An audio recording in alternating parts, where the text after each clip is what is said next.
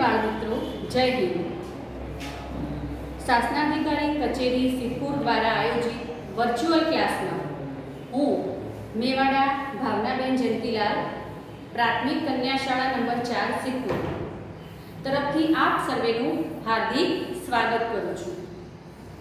मित्रों, आजे मारो विषय है सामाजिक विज्ञान धोरण 7 प्रकरण 2 दिल्ली सल्तनत। तमे गया तास में गुलाम वंश अने खिलजी वंश विषे जाणी गया। आजे आपणे एनाथी आगळ जोईशुं।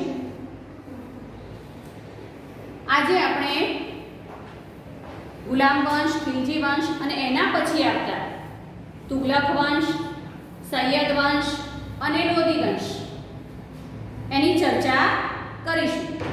तो चालो આપણે આ સ્લાઇડ દ્વારા થોડી માહિતી મેળવીએ। તો ગુલામ વંશ એ ઈસવીસન 1206 થી ઈસવીસન 1290 સુધી ચાલે। ગુલામ વંશ પછી હવે આવે છે ખિલજી વંશ। એ પણ તમે ગયા ક્લાસમાં ભણી ગયા। તે ઈસવીસન 1290 થી ઈસવીસન 1320 સુધી ચાલે।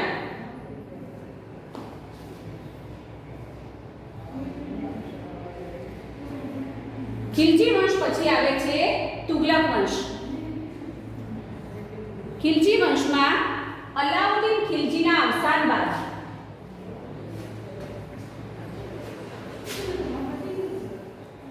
આખા રાજ્યમાં અંધાધૂંધીનું વાતાવરણ ફેલાઈ ગયું। એ પછી ગિયાસુદ્દીન તુગલકે ખિલજી વંશનો અંત આણીને દિલ્હીની ગાદીએથી તુગલક શાસનની શરૂઆત કરી। ગિયાસુદ્દીન તુગલક એના સમયમાં કુવા, નહેરો એના નિર્માણના બહુ સારા થયા હતા અને કુવાના, નહેરોના નિર્માણ કામ કરાવનાર તે પ્રથમ શાસક હતા।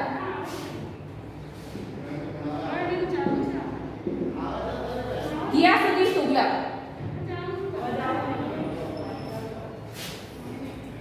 એમને ઈસવીસન 1320 થી ઈસવીસન 1325 સુધી શાસન કર્યું।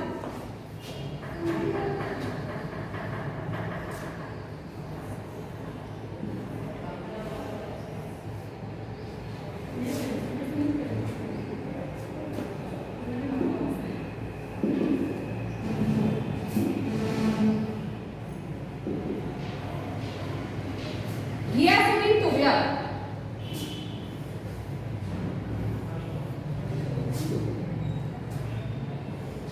એમના સમયમાં ડાક ચોકી ટપાલ પદ્ધતિ દાખલ થઈ હતી। તે સમયે ઘોડેસવારો કાગળ લઈ જતા અને જે કાગળ લઈ જાય એ ટપાલીને હલકારો કહેવાતા। ગિયાસુદ્દીન તુગલકે દિલ્હીમાં જે પહાડો છે એના ઉપર તુગલકાબાદ નામનું નવું નગર વસાવ્યું અને ત્યાં જ એક દુર્ગ બનાવ્યો જે 56 કોટ ગણાય છે। ગિયાસુદ્દીન તુગલકના પુત્રનું નામ જોના ખાં હતું। તેના પુત્રએ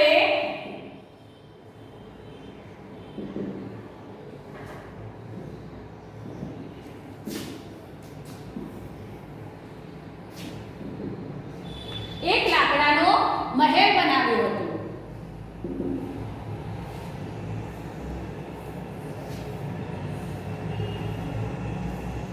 એક વખતે ગિયાસુદ્દીન તુગલક ત્યાં રોકાયા હતા।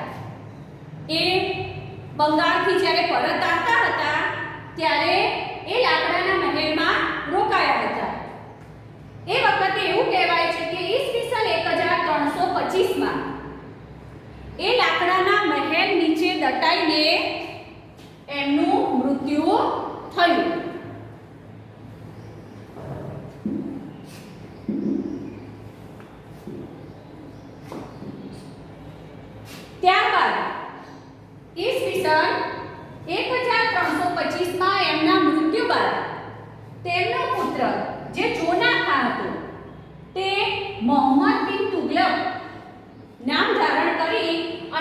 તુગલક વંશની ગાદીએ આવ્યો.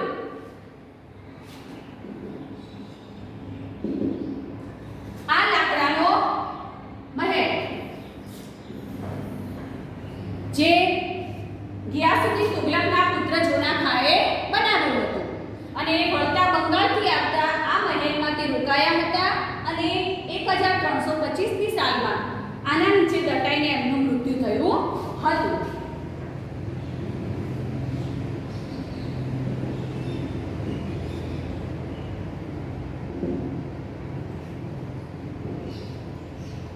એમનો પુત્ર જોનાખા જે ગિયાસુદ્દીન તુગલકનો પુત્ર હતો એને મોહમ્મદ બિન તુગલક નામ ધારણ કર્યું અને એને ઈસવીસન 1325 થી ઈસવીસન 1351 સુધી રાજ્ય કર્યું.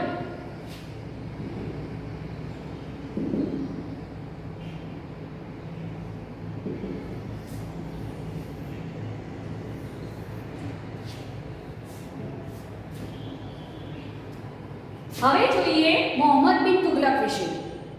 તો મિત્રો ઈસવીસન 1325 માં મોહમ્મદ બિન તુગલક જોનાખાનમાંથી નામ બદલી અને દિલ્હીની ગાદી આવ્યો. એ એક પ્રતિભાશાળી સુલતાન હતો. કહેવાય છે કે દિલ્હી સલ્તનતના મધ્યકાલીનના બધા જે સુલતાન હતા એમાંથી એક ખૂબ જ વિદ્વાન અને શિક્ષિત હતો. પરંતુ એણે કેટલીક એવી યોજનાઓ મૂકી જે નિષ્ફળ ગઈ. જેમ કે દિલ્હીથી દૌલતાબાદ વચ્ચે રાજધાનીનું સ્થળાંતર, તાંબાના સિક્કાનું ચલણમાં સ્થાન. હવે જોઈએ આ વિશે. એને કરવેરામાં પણ વૃદ્ધિ કરી. આવી ઘણી યોજનાઓ હતી કે જે નિષ્ફળ ગઈ.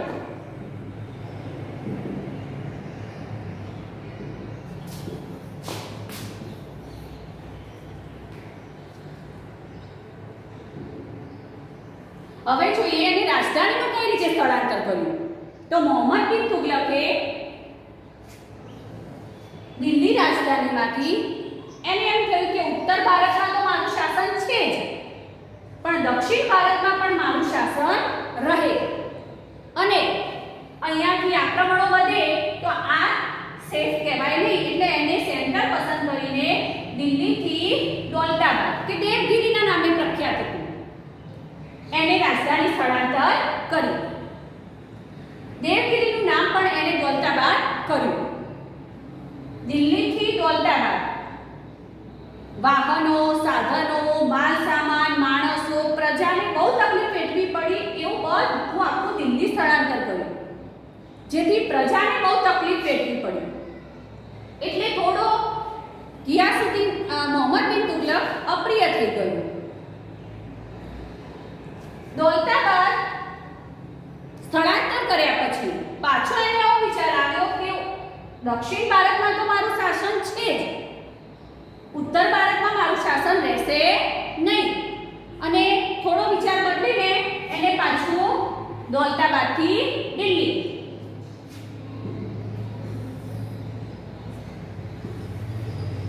એને સ્થળાંતર કર્યું. આ રાજધાનીમાં વચ્ચે અંતર બદલવાથી પ્રજાને બહુ તકલીફ વેઠવી પડી, તેથી મોહમ્મદ બિન તુગલક પ્રજામાં થોડો અપ્રિય થઈ ગયો. બીજું હતું તાંબાના સિક્કાનું ચલણમાં સ્થાન. એટલે શું? તો સાંકેતિક મુદ્રા હોય છે મિત્રો. સાંકેતિક મુદ્રા એટલે શું? તો 2000ની નોટ છે એ તો માત્ર કાગળ જ છે, પણ એમાં સહી સિક્કા સાથે 2000ની રકમ સાથે આપણે એને સ્વીકાર કર્યું છે કે આની વેલ્યુ, આ કાગળની વેલ્યુ 2000 રૂપિયા છે. એ સહી સિક્કા સાથે એની કિંમત સાથે માન્ય થઈ છે. તો એ કહેવાય સાંકેતિક મુદ્રા. એ વખતે સિક્કાઓનું ચલણમાં સ્થાન હતું. મોહમ્મદ બિન તુગલકને થોડો વિચાર કરી અને જે તાંબાના સિક્કા હતા એણે સોના ચાંદીના પાયે કરી નાખ્યા. એટલે એનું મૂલ્ય સોના ચાંદીના પાયે કરી નાખ્યું કે એની તોલે તાંબાનો સિક્કો બનાવવા લાગ્યો. આવું થયું એટલે અર્થવ્યવસ્થા આખી ખોરવાઈ ગઈ. લોકો ઘરે ઘરે ટંકશાળા ખોલી દીધી. આના માટે લોકોએ ટંક ટંકશાળા ઘરે ઘરે ખોલી દીધી અને ઘરે ઘરે તાંબાના સિક્કા પાડવા બેઠા કે જેથી એમને એ સોના ચાંદીના મૂલ્ય જેટલું મળે. આમાં આખી અર્થવ્યવસ્થા ખોરવાઈ ગઈ અને એના લીધે એની આ યોજના પણ નિષ્ફળ ગઈ.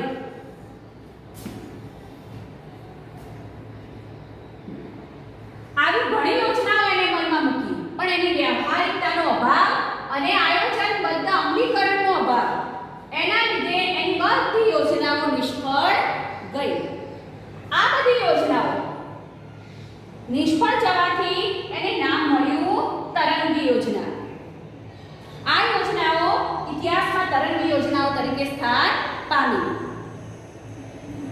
એ વખતે મોહમ્મદ બિન તુગલકના સમયમાં એક આફ્રિકન મુસાફર ઇબ્ન બતુતા એ ભારતની મુલાકાતે આવ્યા હતા અને એમનું પુસ્તક રહેલા એમાં એનું બધું વર્ણન છે.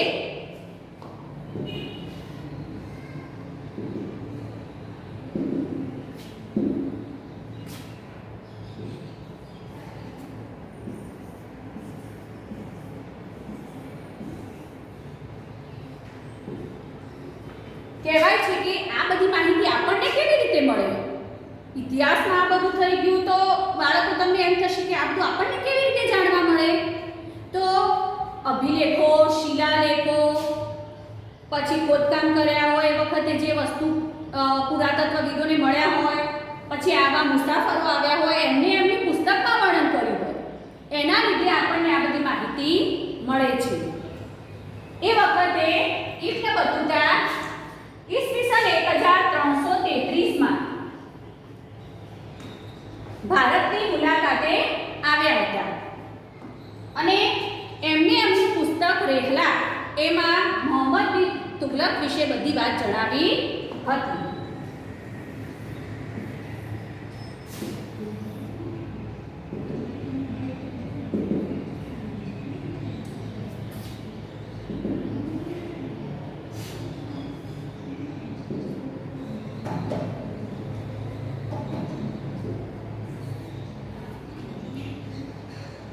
હવે જોઈએ આગળ તો ઈસવીસન 1351 માં મોહમ્મદ બિન તુગલકનું મૃત્યુ થયું અને એના બાદ એનો પિતરાઈ ભાઈ જે કાકાનો દીકરો ફિરોઝ શાહ તુગલક ગાદીએ આવ્યો.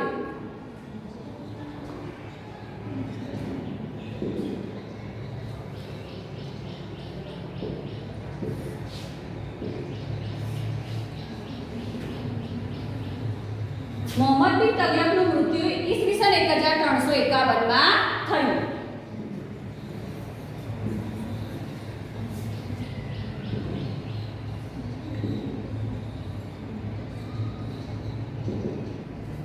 એના પછી એમનો કાકાનો દીકરો ફિરોઝ શાહ તુગલક ગાદીએ આવ્યો જે મોહમ્મદ બિન તુગલકનો પિતરાઈ ભાઈ હતો.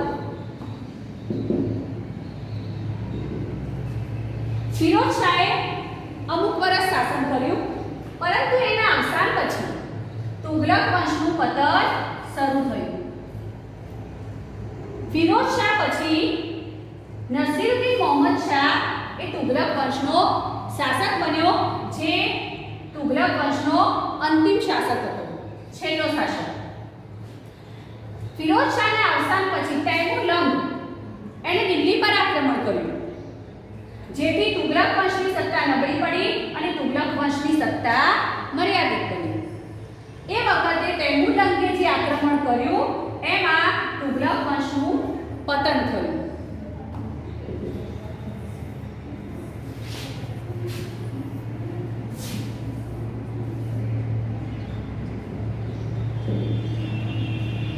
ફિરોઝ શાહ તુગલક એનું મૃત્યુ ઈસવીસન 1388 માં થયું.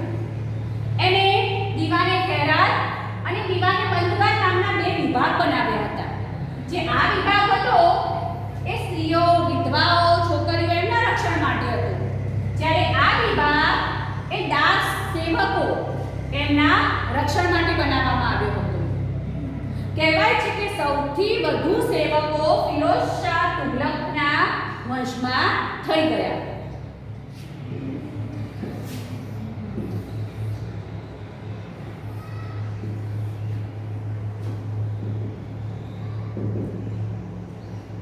ઈસવીસન 1398 તૈમુરલંગે દિલ્હી પર આક્રમણ કર્યું એનું આ ચિત્ર છે.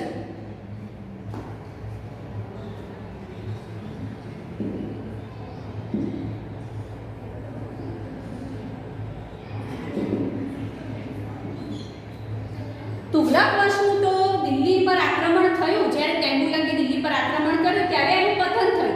પછી આવે છે સૈયદ વંશ જે ઈસવીસન 1414 થી 1451 સુધી ચાલ્યું.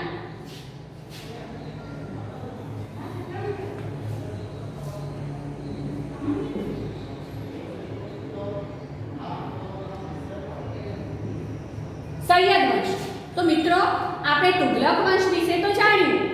હવે આપણે સૈયદ વંશની ચર્ચા કરીએ. એનો સમયગાળો હતો ઈસવીસન 1414 થી ઈસવીસન 1451.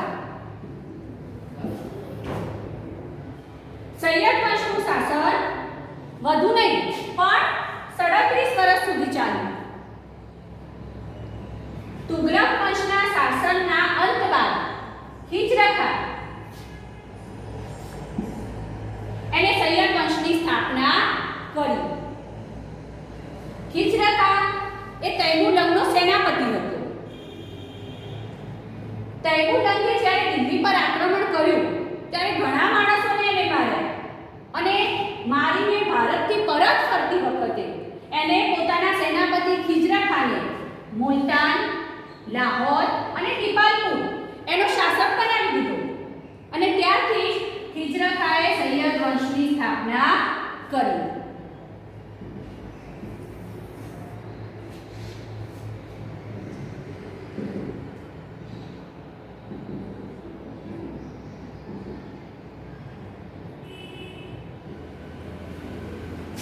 હિજ્ર ખા જેણે સૈયદ વંશની સ્થાપના કરી અને જે તૈમુરલંગનો સેનાપતિ હતો કે જેને મુલતાન, લાહોર અને દીપાલપુરનો શાસક બનાવ્યો, જેથી સૈયદ વંશનો સ્થાપક હિજ્ર ખા ગણાય છે.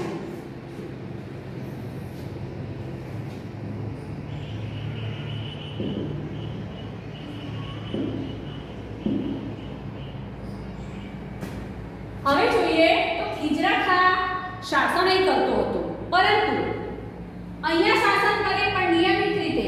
તૈમુરલંગનો પુત્ર હતો શાહરુખ, એને વેરાની રકમ અહીંથી નિયમિત મોકલે જતો હતો. ઈસવીસન 1421 માં હિજ્ર ખાનું મૃત્યુ થયું. ત્યારબાદ એનો પુત્ર મુબારક ખાન જેણે શાહની ઉપાધિ મેળવી અને મુબારક શાહ નામ ધારણ કર્યું અને સૈયદ વંશના શાસન કરવા રાજગાદી પર બેઠા. મુબારક શાહે મુબારકાબાદ નામનું નગર રચાવ્યું કે જે યમુના નદીના કિનારે આવેલું છે. મુબારક શાહ પછી એનો દત્તક પુત્ર મોહમ્મદ શાહ એ સૈયદ વંશનો શાસક બન્યો અને સૈયદ વંશનો અંતિમ શાસક અલાઉદ્દીન આલમ શાહ હતો.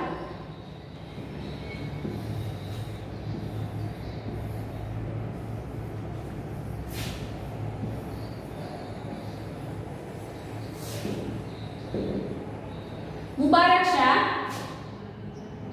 એને મુબારકાબાદ નામનું નગર રચાવ્યું હતું અને એનો દત્તક પુત્ર મોહમ્મદ શાહ એના પછી શાસને આવ્યો. સૈયદ વંશના આ 4 શાસકો હતા. હિજ્ર ખા જેને સ્થાપના કરી હતી સૈયદ વંશની, એના પછી મુબારક શાહ, એના પછી એનો પુત્ર દત્તક પુત્ર હતો મોહમ્મદ શાહ અને એના પછી છેલ્લો શાસક હતો અલાઉદ્દીન આલમ શાહ.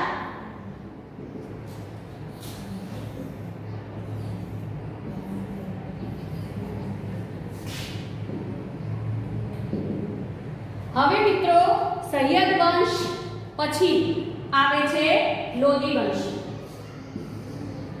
જે ઈસવીસન 1451 થી ઈસવીસન 1526 સુધી ચાલ્યો. આના પછી દિલ્હી સલ્તનતનો અંત આવી ગયો હતો અને મુઘલ શાસનની શરૂઆત થઈ હતી. એટલે આના વિશે પણ જાણવું બહુ જરૂરી છે.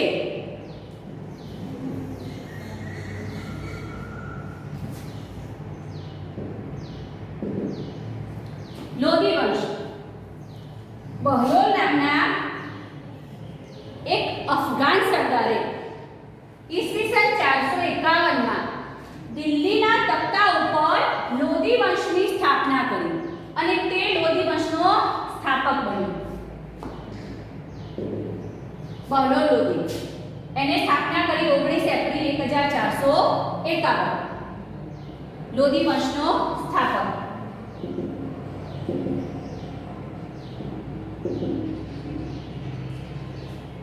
બહલોલ લોધી એ સલ્તનતનો પ્રથમ અફઘાન શાસક હતો અને એ પોતાના સરદારોને ખૂબ જ માન આપતો. એવું કહેવાય છે કે એના સરદારો ઊભા હોય ત્યાં સુધી એ નીચે બેસે પણ નહીં. બધી અગત્યની વાતમાં એ પોતાના સરદારોની સલાહ લેતો હતો. એટલે એ પોતાના સરદારોને ખૂબ માન ઇજ્જત આપતો.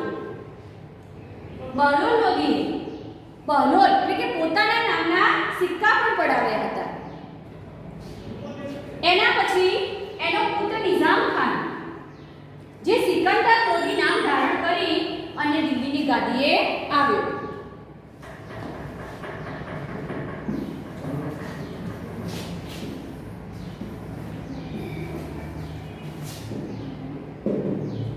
સિકંદર લોધી કે જે બહલોલ લોધીનો પુત્ર હતો, નિઝામ ખાન હતો, પણ પોતાનું નામ સિકંદર લોધી કરીને દિલ્હીની ગાદીએ આવ્યો.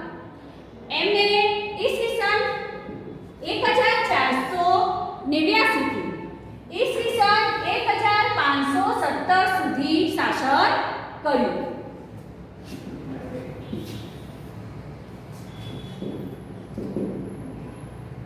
આગળ જોઈએ તો સિકંદર લોધીમાં એક સારા શાસકના બધા ગુણો હતા. સિકંદર લોધીએ ઈસવીસન 1504 માં આગ્રા શહેરની સ્થાપના કરી.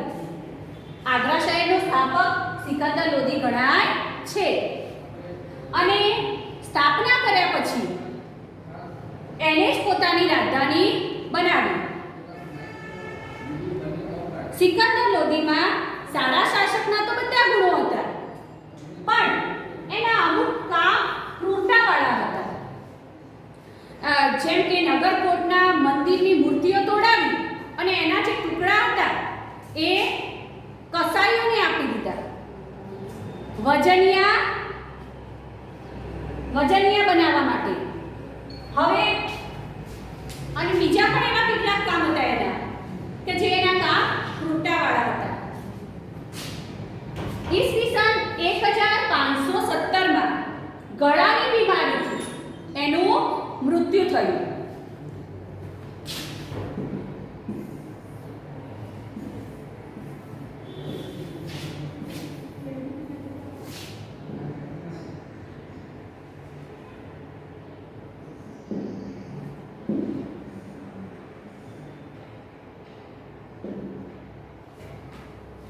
હવે જોઈએ આગળ મિત્રો, સિકંદર લોધીનું મૃત્યુ થયું પછી 1517 માં એનો પુત્ર ઇબ્રાહિમ લોધી એ લોધી વંશનો શાસક બન્યો. તે લોધી વંશનો અંતિમ શાસક હતો અને એણે ઈસવીસન 1526 સુધી રાજ્ય કર્યું. ઇબ્રાહિમ લોધી વિશે મિત્રો જાણવું ખૂબ જરૂરી છે. કેમ ઇબ્રાહિમ લોધી વિશે જાણવું જરૂરી છે? તો ઇબ્રાહિમ લોધી વખતે 1526 માં બાબર એને દિલ્હી પર આક્રમણ કર્યું અને એના પછી દિલ્હી સલ્તનતનો અંત આવ્યો અને પછી મુઘલ શાસનની શરૂઆત થઈ.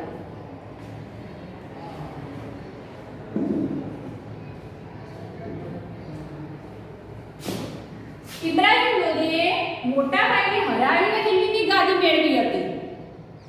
એનો એટલો અભિમાની સ્વભાવ, એટલો અભિમાની વર્તન હતો કે સમગ્ર રાજ્યમાં તેનો વિરોધ થયો. ઇબ્રાહિમ લોદીના કાકા આલમ ખાન એમણે બાબરને ઇબ્રાહિમ લોદીની બધી અગત્યની કમજોરી, બધી અગત્યની વિગત જણાવી દીધી અને એમણે યુદ્ધ કરવાની સલાહ આપી.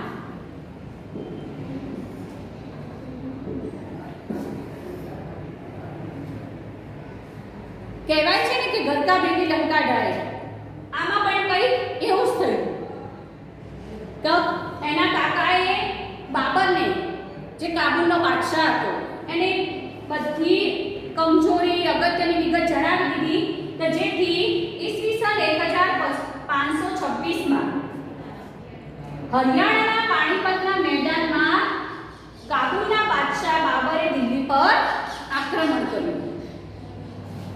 ઇબ્રાહિમ લોદી અને બાબર વચ્ચે યુદ્ધ થયું. એમાં ઇબ્રાહિમ લોદીનો પરાજય થયો, સલ્તનત યુગનો અંત થયો અને પછી બાબરે મુઘલ શાસનની શરૂઆત કરી. પાણીપતનું પ્રથમ યુદ્ધ કહેવાય છે કે ઇબ્રાહિમ લોદી અને બાબર વચ્ચે થયું હતું. એટલે આ વિશે જાણવું મિત્રો બહુ જરૂરી છે.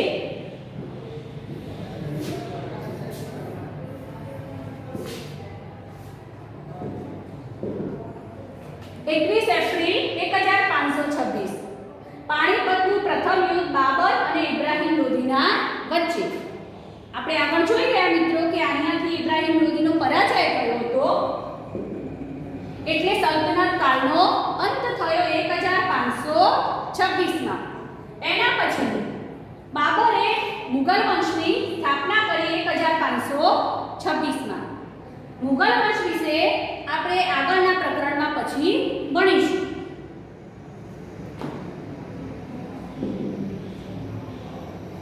તો મિત્રો આજે આપણે તુગલક વંશ, સૈયદ વંશ, લોદી વંશ એના વિશે જાણ્યું. હવે જોઈએ આ બધા જે દિલ્હી સલ્તનતના શાસકો હતા એમને કેટલો ભાગ પોતાના ઘેરાવામાં લીધો હતો, કેટલા ભાગમાં એમણે રાજ્ય કર્યું હતું, કેટલા પ્રદેશોમાં શાસન કર્યું હતું. તો જોઈએ ગુલામ વંશ. ગુલામ વંશમાં આટલો ભાગ એમણે શાસન કર્યું હતું, આટલા પ્રદેશો જીત્યા હતા. એના પછી ખિલજી વંશમાં થોડો વધારો થઈ ગયો મિત્રો અને આટલો ભાગ શાસનમાં લીધો. એના પછી આવે છે તુગલક વંશ. એમાં આટલો ભાગ છોડી અને બાકી બધા ભાગમાં તુગલક વંશે શાસન કર્યું. સૈયદ વંશ મિત્રો બહુ ચાલ્યો હતો નહીં, પણ એના પછી આવે છે લોદી વંશ.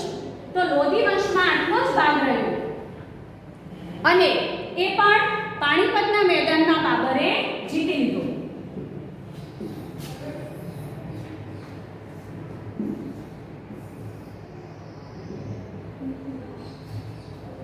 તો મિત્રો બાબરે જે ભાગ જીત્યો એ મુઘલ શાસન આપણે પછીના પ્રકરણમાં ભણીશું. આજે આપણે ગુલામ વંશ, ખિલજી વંશ અને લોદી વંશ, ગુલામ વંશ, ખિલજી વંશ તમે આગળના પ્રકરણમાં શીખી ગયા હતા. આજના તાસમાં તમે તુગલક વંશ, સૈયદ વંશ, લોદી વંશ વિશે જાણ્યું. તો મિત્રો ચલો આના વિશે હું તમને થોડો સ્વાધ્યાય કાર્ય આપી દઉં. તમારે ઘરેથી 3 વંશ જે મેં આજ તમને શીખવાડ્યા, તુગલક વંશ, સૈયદ વંશ અને લોદી વંશ, એના વિશે વધારે આવડે તો વધારે લખવાનું, પણ 5 વાક્યો તો મિનિમમ લખવાના. ટૂંકનો જ ફાવે તો લખી શકાય. આ રીતે તમારે આ સ્વાધ્યાય કાર્ય તમારી નોટમાં કરવાનું છે. અસ્તુ. જય હિન્દ.